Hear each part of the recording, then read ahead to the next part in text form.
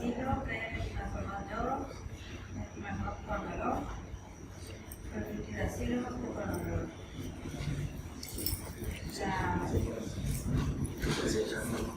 La C. Sí.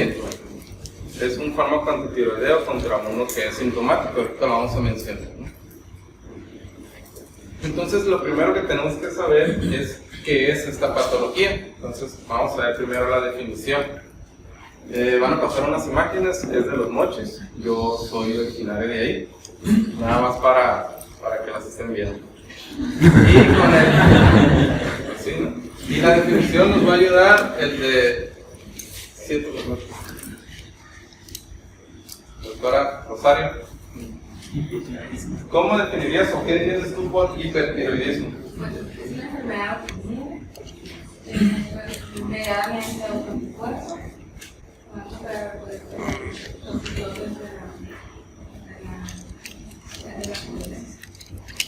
Bueno, esto es para la enfermedad de Graves. Para el hipertiroidismo así como tal, ¿alguien le quiere ayudar? ¿Pero por qué es tan elevado? Okay. ¿Y alguien o, por ejemplo, tú, Medina, es lo mismo hipertiroidismo que tirotoxicosis? ¿En qué se diferencia? La tirotoxicosis es como algo agudo, ¿no? Es un proceso de la patología, tiroidea, que puede ser multiplicados a nivel tiroides. El hipertiroidismo, como es una enfermedad, una hipertiroidea puede tener una tirotoxicosis. ¿Real? La tirotoxicosis es el efecto de las hormonas tiroideas en los tejidos del cuerpo. El hipertiroidismo solo el estado de exceso de hormonas tiroideas, no tal cual el efecto de las hormonas. Exacto, aunque muchos autores lo manejan como términos indistintos y para ellos es lo mismo, el Harrison, que es como nuestra Biblia, la define, bueno, dice que no son sinónimos y dice que el hipertiroidismo es solamente un trastorno de hiperfunción de la glándula tiroides con la secreción excesiva de las hormonas tiroideas al torrente sanguíneo. Y la tirotoxicosis es un cuadro o un síndrome sistémico que es caracterizado porque es por la exposición, a cantidades excesivas de la hormona tiroidea. Entonces no son sinónimos. Entonces, en realidad, lo que vemos en el paciente, los signos y síntomas, es una tirotoxicosis, que no siempre es por un hipertiroidismo. Ahorita lo vamos a mencionar. Todos esos numeritos que ven aquí son de Estados Unidos, ¿no? Me fue muy difícil encontrar estadística de epidemiología en México de esta patología. Entonces, pero casi en algunos bibliografía que ya no está tan actualizada concuerdan con lo que se ve en otras latitudes, ¿no? Que es mucho más frecuente en mujeres, en una proporción más o menos de entre 5 a 1. Otros autores manejan de 7 a 10 sobre 1, ¿no? Su prevalencia más o menos es 1.3% de la población y puede llegar a aumentar hasta 4 a 5 en mujeres mayores. Y si tomamos en cuenta el hipertiroidismo subclínico, esta puede aumentar hasta el 6% y alcanzar el 15% en personas ya mayores de 70 años. Y estas tres enfermedades, que es la enfermedad de Graves, el bocio multinodular tóxico y el adenoma tóxico, son las más frecuentes patologías que cursan con hipertiroidismo. Su prevalencia es esta, pero aquí está subestimada. Algunos autores la llegan a mencionar que es hasta el 85% de los casos de hipertiroidismo. Y ahora que ya sabemos qué es, tenemos que identificarlo. Al llegar un paciente a nuestra consulta o incluso a hospitalización por otra causa, tenemos que saber identificar los signos y síntomas de la tirotoxicosis o del hipertiroidismo. Es una imagen de Los Mochis que dicen que es una de las mejores ciudades planeadas del país. Entonces, las manifestaciones clínicas son muy variadas y afectan a casi todo el sistema del ser humano, ¿no? Afecta tanto al sistema cardiovascular, manifestado con palpitaciones, puede haber disnea, taquicardia, FA, afecta el sistema endocrinológico, puede haber pérdida de peso, hiperfagia, va a haber oligo o amenorrea, intolerancia al calor, el bocio. Al sistema muscular va a haber fatiga y debilidad, hiperreflexia, debilidad muscular, miopatía proximal. El nerviosismo también es característico, puede haber hasta insomnio, disforia, temblor. Va a haber síntomas oculares como exoftalmos, ahorita lo vamos a mencionar. Afecta a la piel y a los anexos, va a haber prurito, va a haber hiperhidrosis, fragilidad capilar y ungueal, piel húmeda, caliente y puede haber mixedema pretibial.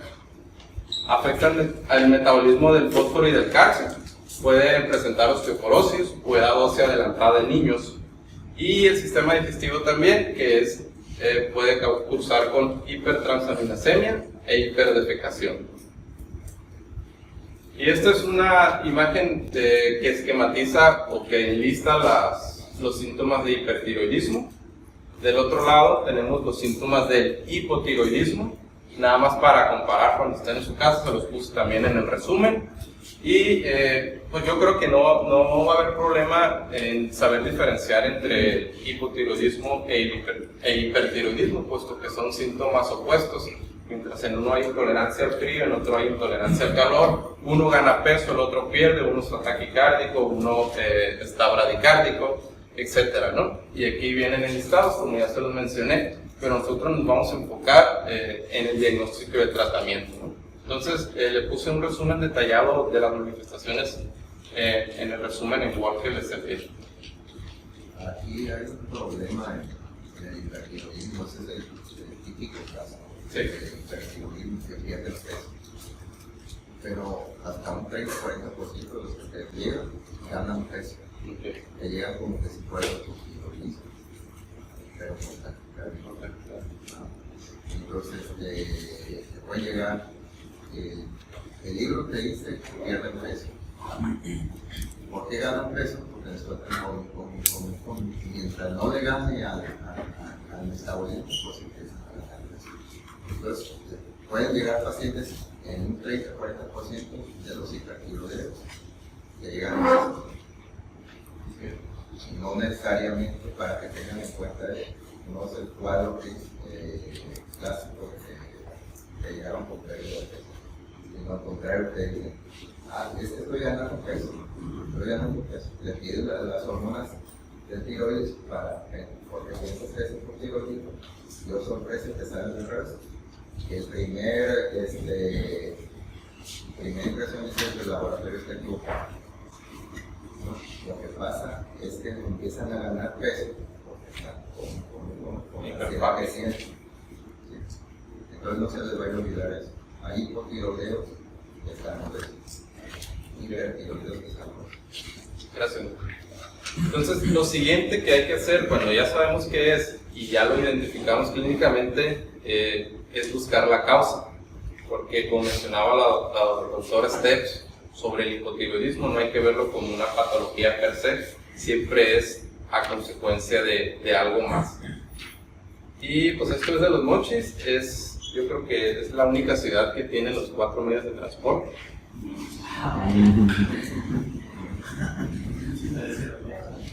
Entonces, aquí se enlistan las causas de tirotoxicosis, ahorita las vamos a detallar. Es nada más, la mayoría de los autores la manejan como un hipertiroidismo que tiene captación alta de yodo, que pueden ser los más comunes: enfermedad de Graves, bocio multinuclear tóxico, adenoma tóxico e inducida por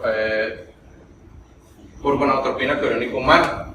Y cuando es captación baja, casi siempre es por hipertiroidismo inducido por yodo o por amiodarona, el estruma ovárico, carcinoma tiroideo metastásico, que estas metástasis son funcionales, y existe algo que se llama, cursa con TSH normal o elevada, cuando lo común en el hipertiroidismo es que esté baja.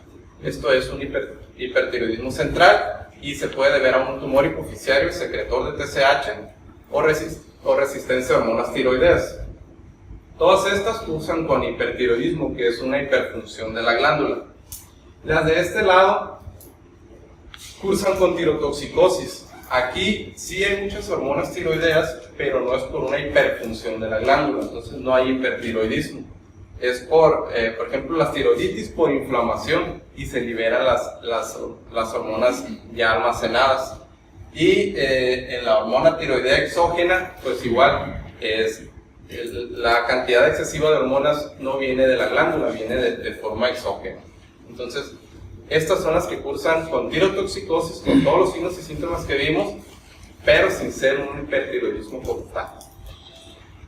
La más común, como ya se los mencioné, es la enfermedad de Graves, que puede llegar hasta 85% de los casos. Siguen en frecuencia el adenoma tóxico, el bocio multinodular tóxico y los diversos tipos de tiroiditis. Y vamos a empezar por la enfermedad de Graves. Esta, como ya lo mencionó la doctora Rosario, es una enfermedad autoinmune que se caracteriza por la presencia de anticuerpos contra el receptor de TSH en su variedad estimulante, porque hay una variedad que es bloqueante y entonces aquí no habría hipertiroidismo, sino hipotiroidismo. Pero aquí lo que está aumentado son los receptores contra la TSH en su variedad estimulante. Y tiene unos signos y síntomas muy característicos que algunos autores lo manejan como la tetrada clásica de la enfermedad de Graves. Y nos va a ayudar el de la fila 6, 3, Rodolfo. A ver, ¿cuáles o qué signos y síntomas conoces de la enfermedad de Graves, que son así característicos? El bocio, antidifuso de uno. Bocio, El exoftalmos y finalmente la dermatopatía, que es el nivel de la tibial. el eczema pretibial, y el otro es el hipertiroidismo, ¿no? Cursa con esas cuatro entidades, ¿no? Como ya se los mencioné, es una afectación multisistémica autoinmune que se caracteriza por estos anticuerpos, afecta al 2% de las mujeres y su frecuencia es 10 veces menos en los hombres que en las mujeres. Tiene un inicio de acción inicio de la patología entre los 20 y los 50 años de edad, como el caso clínico que tenía 28, ¿no? Algunos autores lo manejan nada más entre la tercera y cuarta década de la vida. Y estos signos y síntomas son los que aparecen en ellos, que es la oftalmopatía infiltrativa, que es el exoftalmos, la dermopatía infiltrativa, que es el mixedema pretibial, cursan con hiperfunción y con la consiguiente tirotoxicosis, y hay hiperplasia difusa de la glándula tiroides, que es el bocio. Y estas son imágenes que esquematizan los principales problemas de la enfermedad de Graves, que es el exoftalmos, el bocio, el mixedema pretibial y pues la hiperfunción tiroidea, que son todos los signos y síntomas que ya mencionamos al principio. La ATA, que es la Asociación Americana de la Tiroides, clasifica la oftalmopatía tiroidea en 7 grados. Incluso la orbitopatía tiroidea, la dermopatía tiroidea, son capítulos aparte, tanto en el Farreras, en el Harrison, en el Cecil, entonces nos llevaría toda una clase a hablar de cada uno. Entonces lo vamos a mencionar para que ustedes sepan que hay que asociarlo siempre con la enfermedad de Graves, porque ninguna otra patología hipertiroidea cursa con exoftalmos, por ejemplo, ni mixedema pretibial. Otra causa que afecta a la tiroides, y es la segunda patología más común, es el adenoma tóxico, que esta es una neoplasia tiroidea solitaria que tiene función autónoma. Entonces imagínense, mala suerte porque tienes una bolita en la tiroides y aparte de esto, esa bolita es hiperfuncionante, entonces te causa un hipertiroidismo, aunque lo bueno es que casi siempre son benignas, ¿no? Y cuando el paciente ya acude a consulta por la tirotoxicosis, casi siempre el nódulo es palpable. Y la segunda causa, la tercera causa es el bocio multinodular tóxico. Ahora imagínense la mala suerte que no tienes una, sino tienes un montón de bolitas en la tiroides y todas estas tienen hiperfunción. Entonces cursas con un hipertiroidismo también. Y pues aparte de lo estético, ¿no? que como aquí se ven en esta paciente, aunque es más frecuente en personas mayores. Y puede, aquí, cuando uno ya se da cuenta, puede que el bocio o la afectación esté muy avanzada, puesto que en algunos pacientes empieza a crecer o empiezan a proliferar los nódulos por debajo del esternón, y entonces no son visibles, y como no son visibles, no acuden a atención médica. Y las tiroiditis, que estas son las patologías que cursan con captación baja de yodo, puesto que no hay una hiperfunción de la glándula. En estas hay una inflamación, y la misma inflamación hace que se liberen las hormonas almacenadas en la glándula tiroides. Estas son de comienzo brusco cuando empieza la inflamación y de corta duración. ¿Por qué? Porque se acaban las reservas de las hormonas tiroideas en la glándula y cesan los síntomas. En casi la mayoría puede proseguir una fase de insuficiencia tiroidea, que esta puede ser igual transitoria o incluso aquí sí quedarse como una patología permanente.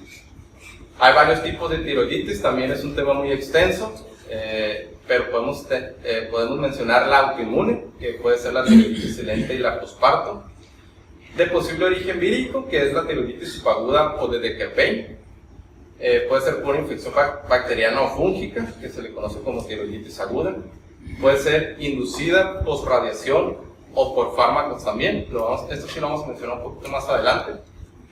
Y la idiopática, que se le conoce como tiroiditis de Rieder, en el que hay una sustitución por fibrosis de la glándula tiroides, que puede infiltrar e incluso dar síntomas compresivos. Ahorita vamos a ver cómo hacer el diagnóstico de estos. Otra patología que es causante de hipertiroidismo es el adenoma hipoficiario productor de TSH. Aquí la característica es que la TSH no está bajo suprimida como los demás, sino que está aumentada. Y generalmente son macroadenomas hipoficiarios y pueden presentar invasión a estructuras vecinas y cursar con otros signos y síntomas de esto mismo. Pero cuando son pequeños y nada más están afectando la función de la glándula, pues muchas veces no lo sospechamos hasta que ya pues le tenemos el perfil tiroideo y sale con el probable origen central. Aquí la cirugía es el tratamiento de elección, aunque solamente el 33% de estos pacientes logra la remisión del cuadro y la mayoría hay que reintervenir o asociarlos a radioterapia. Y otra patología que puede cursar con hipertiroidismo o que cursa con hipertiroidismo definitivamente es la que es inducido por la hormona gonadotropina coriónica humana. ¿Por qué? Porque esta hormona posee una subunidad alfa idéntica a la TSH, LH y FSH y una subunidad beta similar a la misma subunidad de la TSH. Entonces, dependiendo cuál predomine, la A puede acompañarse de hipertiroidismo y problemas asociados a la LH y FSH. Y si nada más es la beta, pues va a dar hipertiroidismo, ¿no? Es muy común en el primer trimestre del embarazo, donde hay un aumento de esta hormona, y en embarazo molar y en enfermedad trofoblástica, ¿no? Que es cuando esta hormona está súper elevada. Y otras causas, así misceláneas de esta entidad, es la inducida por ingestión excesiva de yodo o por amiodarona. Ingestión excesiva de yodo, ¿por qué? Porque si ya tienes una glándula hiperfuncionante y le estás dando el sustrato para que esté funcionando, pues va a estar produciendo hormonas tiroideas sin parar, ¿no? Y por amiodarona, ¿por qué? Por cada molécula de amiodarona hay 2 átomos de yodo. Entonces, el 37% del peso molecular de la amiodarona es yodo. Entonces, hay gente que hasta toma una cada 8 horas. Y aquí es más propenso a desarrollar hipertiroidismo, que se resuelve pues nada más quitando el fármaco. También otra entidad es metástasis funcionales de un carcinoma folicular de tiroides, en donde las metástasis se creen tejido tiroideo y empiezan a secretar hormonas tiroideas. Tenemos también la tirotoxicosis ficticia, que es por automedicación o iatrogénica. Automedicación, ¿por qué? Porque hay unas pastillas que se llaman Redotex, que las usan para bajar de peso, generalmente las mujeres.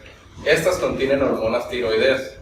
Y si la persona usa su razonamiento lógico y dice, pues una pastilla me hace bajar de peso, 2 me hace bajar más de peso, y a lo mejor 3, pues ya amanezco como Maribel Guardia otro día, pues. Entonces aquí pueden cursar con síntomas de hipertiroidismo. O cuando se le ordena al paciente ir disminuyendo la dosis, o tómese un cuartito un día, o tómese la mitad otro día de levotiroxina cuando son hipertiroideos, y ellos no acatan o no entienden esta indicación, pueden seguirse con sustitución excesiva de la hormona tiroidea y cursar con un hipertiroidismo. Generalmente es transitorio y ajustando la medicación se resuelve. Y el estrumo ovárico. Estamos hablando de mala suerte ahorita. Imagínense tener un teratoma ovárico y que este teratoma, entre sus muchos tejidos que tiene, salga con tejido tiroideo y pues empieza a secretar hormona tiroidea. Aunque no es común, se habla de menos del 1% de los casos, puede pasar. Y se caracteriza porque tú le haces una gamografía y hay captación, pero no en la tiroides, sino en la pelvis. Entonces ahí es cuando tenemos que sospecharlo. Y una entidad que la mencionan algunos autores como hachitoxicosis, que como lo vimos en la clase pasada, la tiroiditis de Hashimoto, pues casi siempre cursa o su fin es el hipotiroidismo. En la fase muy aguda de esta enfermedad, y lo mencionan los autores, es muy difícil de agarrarlos aquí, los pacientes cursan con un hipertiroidismo.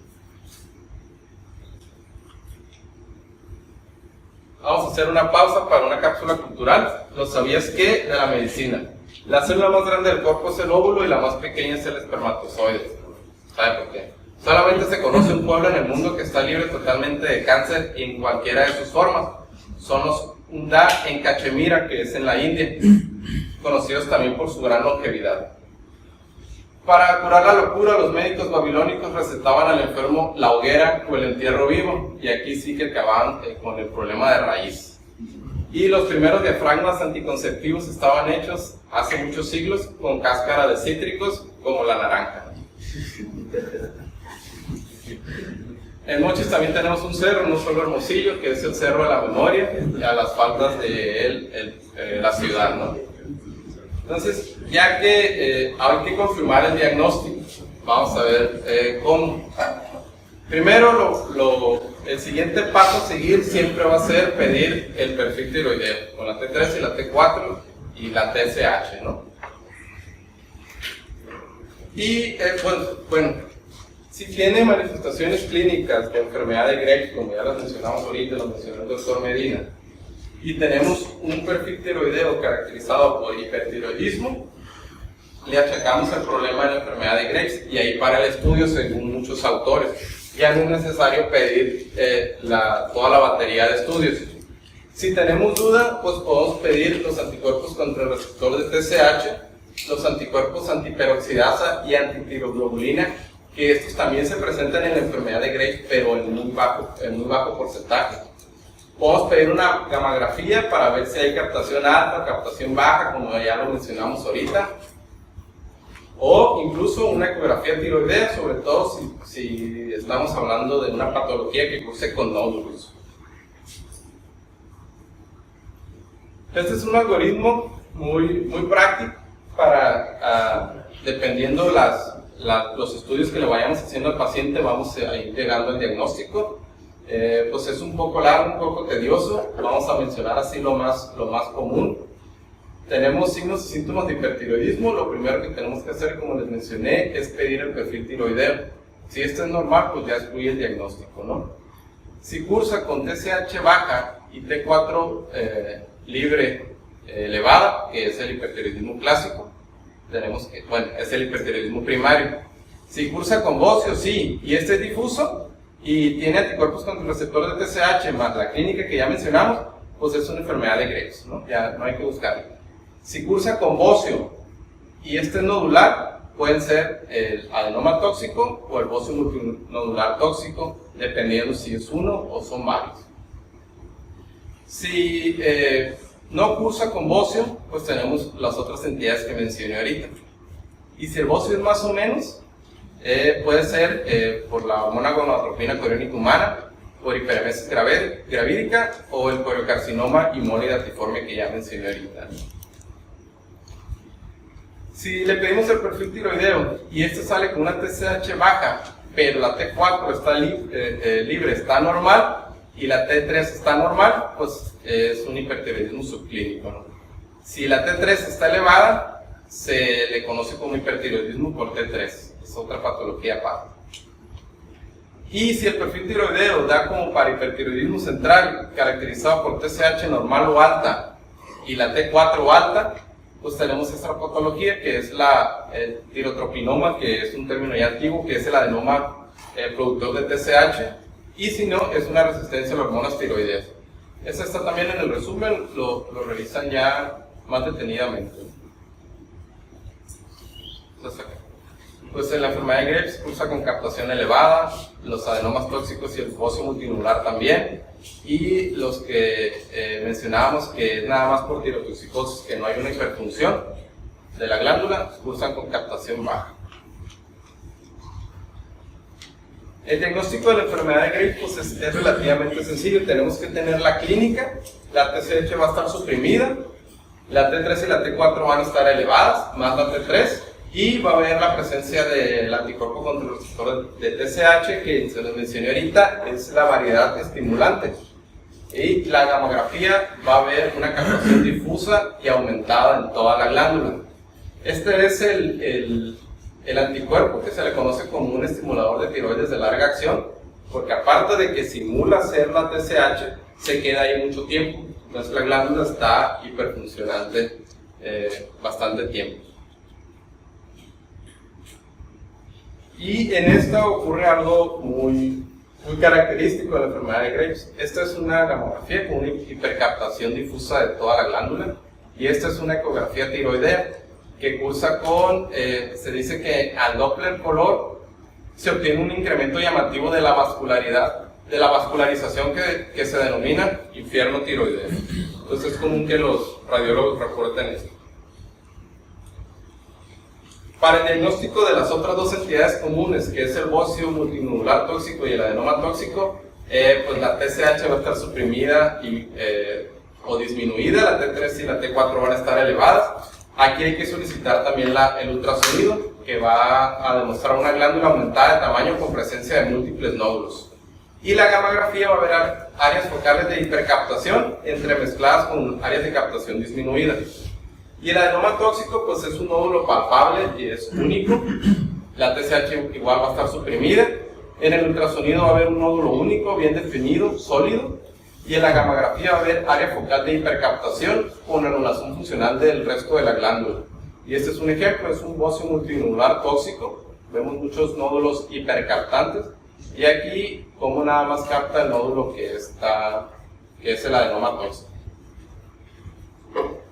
Ahora, ¿cómo hacemos el diagnóstico de un adenoma productor de TSH? Me lo va a responder el de la 6.1. Ahí dijimos que la TSH... Ah, no, pero el adenoma hipoficiario. Es un adenoma perdón, sí, es un adenoma hipoficiario productor de TSH. La TSH puede estar normal o alta, y pues las de T3 y T4 también van a estar altas. Y pues si hay el estudio de imagen, se puede ver el adenoma. Exacto, esa es la clave, ¿no? Va a cursar con una TSH elevada, pero la T3 y la T4 también van a estar elevadas. Pero aquí lo que nos va a dar el diagnóstico es el estudio de imagen, que en este caso es una resonancia magnética de hipófisis, que obviamente va a estar anormal porque va a estar el adenoma o el macroadenoma ahí. ¿Qué pasa si tiene un hipertiroidismo central y la resonancia está limpia? No tiene nada de la tiroides. Pues es el siguiente diagnóstico de acá de la izquierda, que es el síndrome de resistencia hipoficiaria a las hormonas tiroideas. Cursa con el mismo patrón, nada más que la resonancia está normal. ¿Por qué? Porque en la hipófisis hay una resistencia o hay un defecto en el gen del receptor para las hormonas tiroideas. Generalmente es para la T3. Entonces la hipófisis no capta que ya hay hormonas tiroideas en la circulación, y entonces la hipófisis está secretando TSH. Entonces por eso está elevada, y las hormonas persisten también elevadas, porque la glándula tiroides, pues al estar siendo estimulada por la TSH, pues está produciendo hormonas tiroideas. Entonces la clave aquí es el estudio de imagen. Y para la tiroiditis subaguda o de Decker-Vein, que es la tiroiditis más asociada a hipertiroidismo, hay bocio. Las siguientes características son muy importantes para el diagnóstico de las tiroiditis, que es el dolor en la glándula al hacerle la palpación, y signos sistémicos de inflamación. Generalmente va a haber fiebre. Cursan con TSH baja, la T3 y la T4 van a estar elevadas transitoriamente mientras se acaban las hormonas almacenadas, y después puede cursar con un patrón de hipotiroidismo. Este es permanente, bueno, es transitorio también, y en algunos casos llega a ser permanente. Esta es una tabla que nada más la puse aquí para ilustrarles cómo es la captación en la gamografía de cada una de las patologías, pero ya vamos tarde, ¿no? Está en su resumen también, ya a grandes rasgos, cada patología ya se los mencioné cómo se debe de ver en la gamografía. No se duerman, ¿no? El tratamiento. Esta es una imagen de un parque que está en Los Mochis, caracterizado por muchas palmas. De hecho, en muchos lugares se conoce como a Los Mochis, que es el lugar donde las palmas tocan el cielo. Tenemos 3 piedras angulares para el tratamiento del hipertiroidismo, que son los fármacos antitiroideos, la ablación con yodo o la cirugía. Vamos a empezar con el tratamiento. Esto va a ser para la enfermedad de Graves, con los fármacos antitiroideos. Estos, el mecanismo de acción, el más simple que encontré, fue que inhibe las reacciones catalizadas por la peroxidasa tiroidea, lo cual impide la unión del yodo con la tirosina. Además, bloquean el acoplamiento de las yodotiroxinas, por lo que impide la formación de tiroxina y triyodotironina, que son las hormonas tiroideas. Y el propiltiuracilo disminuye la conversión periférica de T4 a T3, ese es un plus que se le da a este fármaco. Y un artículo encontré que se le ha asociado una posible acción inmunosupresora o inmunomoduladora a estos fármacos. Tenemos 3, aunque 2 son los más comunes, que es el metimazol y el propiltiuracilo, pero también hay carbimazol. La mala noticia es que en México nada más tenemos el metimazol, no tenemos ninguno de estos 2. Este está aprobado por la FDA, pero no se comercializa aquí en México. Y el primero es el metimazol. ¿Por qué está este? Porque es el caballito de batalla. Es el único fármaco que tenemos aquí en México para esta patología, que es el metimazol, o aquí se le conoce también como tiamazol, que es el dolor.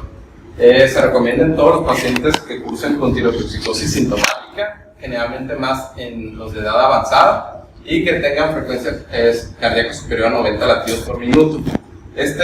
Controla los síntomas adenérgicos del paciente, entonces no va a haber menos temblor, menos nerviosismo, no va a haber taquicardia, y les va mucho mejor con adyuvante al fármaco antitiroideo. La dosis inicial puede ser 20 miligramos cada 8 horas, o un total de 80 a 160 miligramos al día, repartido en 3 o 4 tomos. Cuando hablamos de remisión, bueno, hay algunos factores que nosotros podemos prever, que predicen que el paciente puede entrar en remisión, que son títulos bajos de los anticuerpos contra la TSH, cuando la tiroides está pequeña o hay una disminución del tamaño durante el tratamiento, que hay normalización de la concentración de TSH y tiroglobulina durante el tratamiento, y que el paciente siga una dieta con bajo contenido de yodo. Se considera que la enfermedad de Graves está en remisión cuando se mantienen concentraciones de TSH, T3 y T4 libres dentro de valores normales 12 meses después de finalizar el tratamiento. Y encontré un estudio que se hizo en el siglo XXI, en el DF, que se publicó en la Sociedad Mexicana de Nutrición y Endocrinología. Fue un estudio retrospectivo de marzo de 2006 a mayo de 2007. Se encontraron 109 pacientes tratados con metimazol por 12 meses, pero solamente se analizaron 78. ¿Por qué? Porque algunos no pudieron especificar si cumplió el tratamiento o no hubo seguimiento del paciente. Entonces nada más se analizaron 78, en donde se encontró que solo el 33% de estos pacientes tuvo remisión del cuadro, o sea, el 26 de 78. De estos 26, solamente 66.2 permaneció tiroideo y 33.8 desarrolló hipotiroidismo durante el seguimiento. Entonces, ¿cuál fue la conclusión de este artículo? Que las tasas de remisión son bajas comparadas con Europa y Asia, pero son muy similares a las que se encontraron en Estados Unidos. Y como un estudio mexicano en un hospital de tercer nivel, no debemos de andar nosotros muy distantes de estos números. Otra cápsula cultural así rápido, que es ¿sabías qué? Pero de datos inútiles. Un gato tiene 32 músculos en cada oreja, un cocodrilo no puede sacar la lengua, una libélula tiene una duración de su vida de tan solo 24 horas. La tarjeta de negocios de Al Capone decía que era un vendedor de muebles usados. Los gatos tienen más de 100 sonidos vocales, los perros solo tienen más o menos 10. Y en febrero de 1865 es el único mes registrado en la historia que no tuvo una luna llena.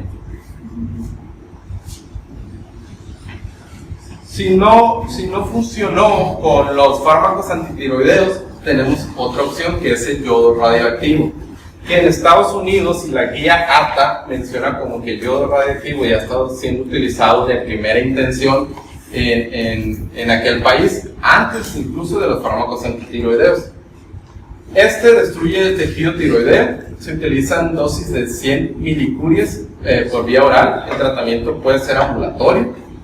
Los efectos secundarios pues, pueden cursar con hipotiroidismo posablación. Después de que le das la terapia con yodo, el paciente puede ser cursar con hipotiroidismo o igual hipertiroidismo por la inflamación o el daño a la glándula que hace que libere las hormonas tiroideas. También puede cursar entonces con hipertiroidismo.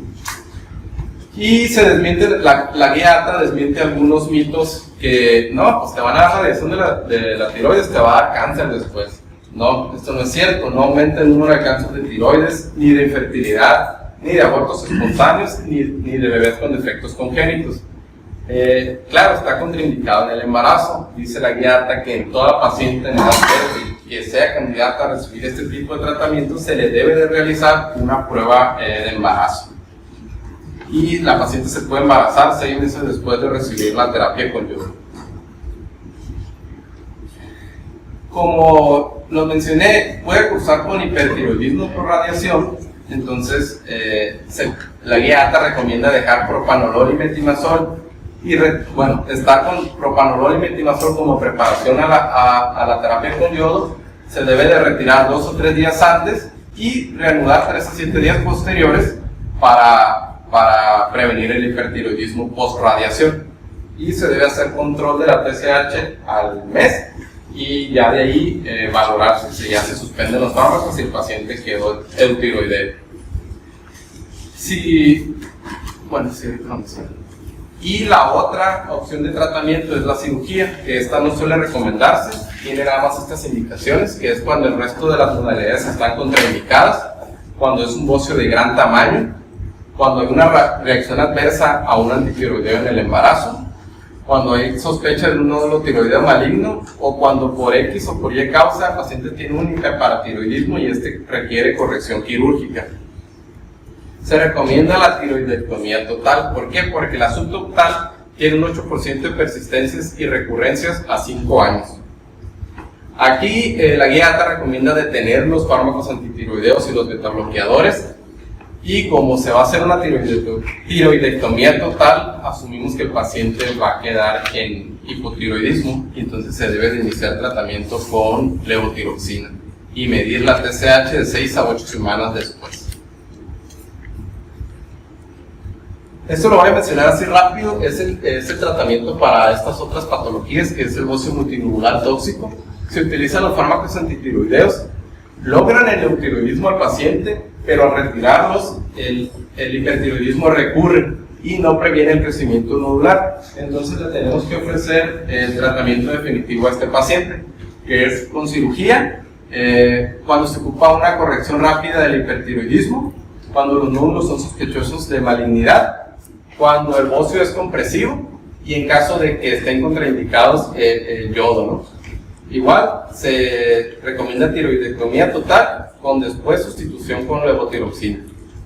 Y el yodo radiactivo, que se viene utilizando más como el tratamiento de elección en estos pacientes, destruye nada más las áreas hiperfuncionantes, que son los nódulos, y se consigue casi siempre el eutiroidismo. Estos pacientes requieren un poco más de dosis. Para la enfermedad de Graves eran 10 milicure y ahora son 15 a 30 milicuries, perdón. Y el hipotiroidismo puede ser permanente o poco frecuente, solamente el 3% en el primer año. Hay disminución del tamaño del bocio, pero hay recurrencias de entre el 10 y el 20%, entonces se puede considerar dar una nueva dosis de yodo. Y para el adenoma tóxico, los fármacos antitiroideos nunca deben ser de elección, nunca deben de ser utilizados, solamente si se usan como preparación para la terapia con yodo. La cirugía es para pacientes jóvenes con nódulos grandes y con sintomatología clínica, y que es precedida de tratamiento con los fármacos que ya mencionamos, ¿no? Y aquí sí, como es el adenoma tóxico, es único, se puede utilizar la hemitiroidectomía del lado afectado, siempre y cuando en la gamografía y en el ultrasonido muestren que el lado contrario está sano, se puede dejar. Y el yodo radiactivo dice que es tan efectivo como la cirugía, se reserva para el nódulo de menor tamaño, y como son radioresistentes los nódulos, se utiliza un poquito más de dosis de yodo. Y dos casos aparte, dos casos especiales del hipertiroidismo. Uno es el hipertiroidismo subclínico, que se define como concentraciones circulantes de TSH bajas, que generalmente son menores de 0.5 miliunidades, asociadas a niveles de T3 y T4 libre normales. Las etiologías de este padecimiento son las mismas que para el hipertiroidismo primario, tiene una prevalencia que va hasta el 6% de la población. Es más frecuente, como casi todo el hipertiroidismo, en mujeres, ancianos y fumadores. Se dice que solamente oscilan entre el 6.1 y el 20.3% de los pacientes en el primer año progresan a ser ya hipertiroidismos clínicos como tal.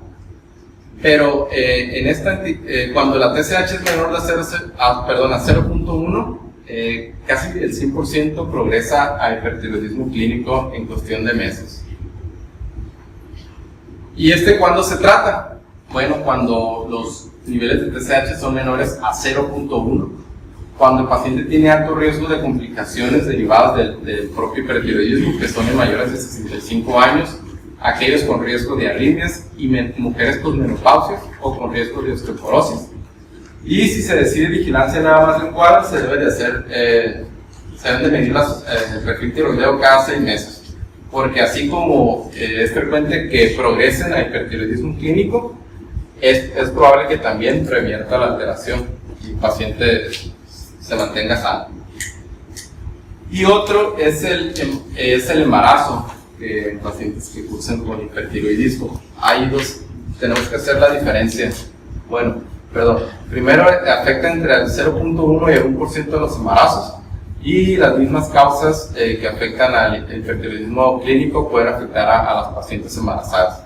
Pero debemos hacer la diferencia entre una tirotoxicosis gestacional transitoria, que es debido al alza de la hormona gonadotropina coriónica humana, como ya lo mencionamos hace rato, y ocurre entre la semana 4 y 10 del embarazo.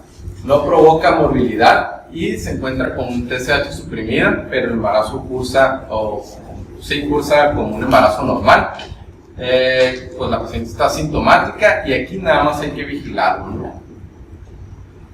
En cambio, a que la paciente tenga enfermedad de Graves, que aquí hay varios escenarios clínicos, que la paciente ya tenga este diagnóstico y que esté en tratamiento, que la paciente ya haya tenido este diagnóstico, que haya completado tratamiento y que esté tiroidea, o que se le haga el diagnóstico estando en el embarazo, ¿no?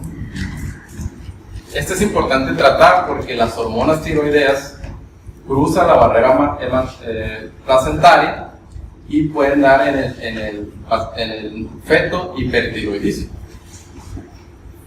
porque cruzan los anticuerpos.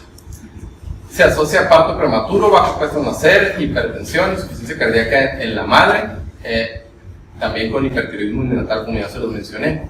Aquí el diagnóstico se hace con los signos y síntomas de la enfermedad de Graves y se pueden medir los anticuerpos contra la TSH. Aquí el tratamiento de elección es el propiltiuracilo en el primer trimestre y en el segundo y tercero el metimazol. ¿Por qué? Porque, como ya les mencioné, el propiltiuracilo batalla más para cruzar la barrera placentaria, entonces se prefiere el propiltiuracilo y el metamizol en los siguientes trimestres, puesto que se asocia con menos efectos secundarios. El objetivo es evitar las complicaciones tanto maternas como fetales y se logra con una T4 libre en el rango normal o alto. La dosis del propiltiuracilo son menor a la que se da en pacientes normales. Aquí se da entre 150 a 300 miligramos al día, dividido en 3 dosis. Pero como en México no hay, aquí se utiliza el metimazol a dosis de, la mayoría lo mencionaba, de 5 a 10 miligramos al día, corriendo con los riesgos de los efectos que este puede causar en el feto. Y hay que tener cuidado porque estos fármacos también cruzan, como ya lo mencioné, la barrera placentaria y pueden dar un hipotiroidismo neonatal. Y ya por último, la cápsula cultural ya propiamente dicha, para que vean que no nada más estoy hablando bien de Sinaloa. Vamos a hablar ahora de Sonora. No soy de aquí, ¿no? Pero me gusta mucho. Es el segundo estado más grande del país, más extenso del país. Tiene el desierto de Altar, que constituye el desierto más rico y variado en vida y como comunidades bióticas de toda América Latina. Entonces, el deporte más popular es el béisbol y el Estadio Sonora, que es de los Naranjeros de Hermosillo, se encuentra en el lugar número 13 entre los más grandes de Latinoamérica. Es este. No he tenido la oportunidad de ir, pero sí dicen que está muy bonito. 5 de los presidentes que han tenido la República han sido sonorenses, que es Félix Oluaga de Álamos, Adolfo de la Huerta de Hermosillo, Álvaro Obregón de Navojoa, Plutarco Elías Calles y Abelardo Rodríguez de Guaymas. Tiene 2 pueblos mágicos, que es Magdalena de Quino y Álamos, Sonora, y la mejor vista escénica del mundo según National Geographic es la de San Carlos. A este es Álamos, una vista nocturna desde el mirador, y pues esta es la vista de San Carlos con el cerro de Tantahuatl, muy bonito. Y voy a hablar tantito de Alfonso Ortiz Tirado, que nació el 24 de enero de 1893 y murió en 1960. Se le describe como un doctor con voz y corazón de oro. ¿Por qué? Porque fue tenor, recorrió prácticamente todo el mundo, faltó Asia, dando recitales. Su música era muy conocida a nivel casi mundial, y era médico ortopedista. Era especialista en cirugía reconstructiva, fue médico de cabecera de Frida Kahlo, intervino la mejilla de Agustín Lara. Él nació en Álamos, se fue muy pequeño a la Ciudad de México, allá estudió en la Universidad de México, se graduó de medicina y pues su residencia la hizo en los Estados Unidos.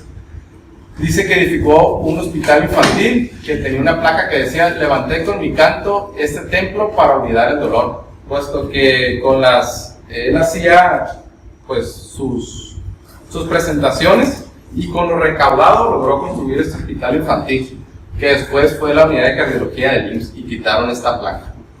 Y desde 1984 se celebra en Álamos el festival Alfonso Ortiz Tirado, que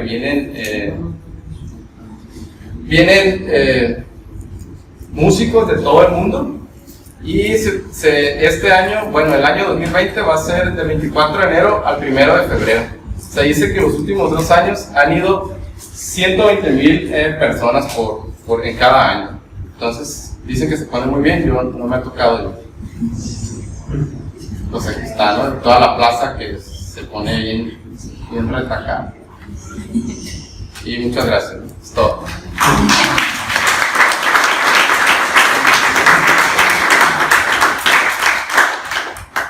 ¿Una pregunta? Solo para agregarle, las pacientes jóvenes que tengamos en edad reproductiva, tener muy conscientes con la enfermedad tiroidea de ofrecerles algún tratamiento ya definitivo por yodo y si no pasar a la cirugía. Porque mientras las tengamos con el metimazol, recordad que es categoría D, quiere decir, hay evidencia de posibles riesgos de malformaciones respiratorias, cutáneas, incluso oculares, hernias de pared abdominal y otras menores. Pero la categoría D dice, si la paciente está embarazada, es más el riesgo de abortos espontáneos, de hipertensión, de todo lo que ya les mencionó Irving, pues darle el tratamiento, ¿no? La dosis en algunas embarazadas, a diferencia de pacientes normales, que podemos manejar con 10, con 15 de metimazol, sí se pueden ir hasta 30 de metimazol, que sería como el tope. No son casos extraños, pero sí pueden llegar hasta esa dosis. Cuando ya llegamos a dosis tan alta, lo ideal es fraccionarlo, no darlo solo en una toma, ¿no? Recordar eso y como les menciono, el monitoreo con T4 libre en el límite superior normal. Ahí va a ser la meta, no las queremos llevar a un valor menor. Y pues tenerlo muy en cuenta y aclararles a las pacientes, no decirles, señora, no se puede embarazar, porque ellas van a creer que el hipertiroidismo es como un método anticonceptivo, de que no se pueden embarazar. Hay que decirles, no se debe embarazar, ¿de acuerdo? Hay que ser muy claros con estas palabras, porque las pacientes pues entienden lo que más le conviene y cada quien lo valora de diferente manera. Entonces, los que batallamos o los que nos vemos en esa complicación de eso para manejarla, pues somos nosotros, ¿no? De hecho, con la legislación actual, cuando están en edad reproductiva, necesitan recabarle la firma, no lo haga. Cuando necesitan recabarle la firma que le está dando un medicamento que les obliga a embarazarse. Ajá, y también a que le vas a ofrecer métodos alternativos, no vas a esperar a los 2 años cuando uses dosis altas de metimazol. Y la otra cuestión, pongan tiamazol, se confunde con el metimazol. Cuando lo pongan, como son de los medicamentos lazos, pónganle tiamazol, no le pongan metimazol. Es una de las recomendaciones. Lo que es hipotiroidismo y lo que es hipertiroidismo son enfermedades prevalentes, son del internista, no son del endocrinólogo. La única indicación de que lo mandes con el endocrinólogo es que no tengas todavía la experticia, la experiencia para realizar, para tratar este tipo de casos. ¿Sí? No sé si tengan alguna pregunta. Y a las dosis por lo generalmente que usamos cuando mandamos a los pacientes a yodo, por lo generalmente son entre 12 y 15 días. La primera vez que yo mandé a yodo con 10, no, se necesitan dosis un poquito más altas. Ya cuando le pierdes el miedo, por lo generalmente los mandas con 15. Y cuando te llega, lo ves taquicardia y todo, no tienes el fundamento de hipertiroidismo, pues no se les olvide que lo primero que tienen que hacer es beta-bloquear. ¿Sí? Quitando evitas el riesgo automáticamente con el beta-bloqueo. Igual con ya se embarazó la paciente que hago, le quito el tiamazol el primer trimestre del embarazo, lo dejo con el beta-bloqueador para que se mantenga estable. Y una vez que que pase el periodo de malformación y todo eso, vean uno el metimazol. ¿Ah?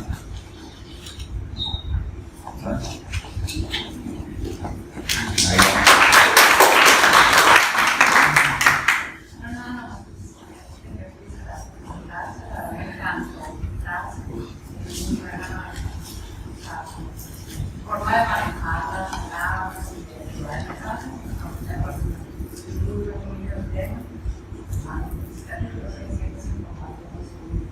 chicas positivo cuando es prevención, contamos, recordar que somos los más y cuando estamos en el caso de recordar que el grupo puede disminuir la localización de hormonas y de las niveles. Si son pacientes que tienen enfermedades graves y tienen oftalmopatía y es severa, antes de mandar rayos relativos, tenemos que predicción. Paciente, ¿por qué? Porque está complicado a periodo relativo y no le gusta un motivo de sufrir un poco de la ansiedad.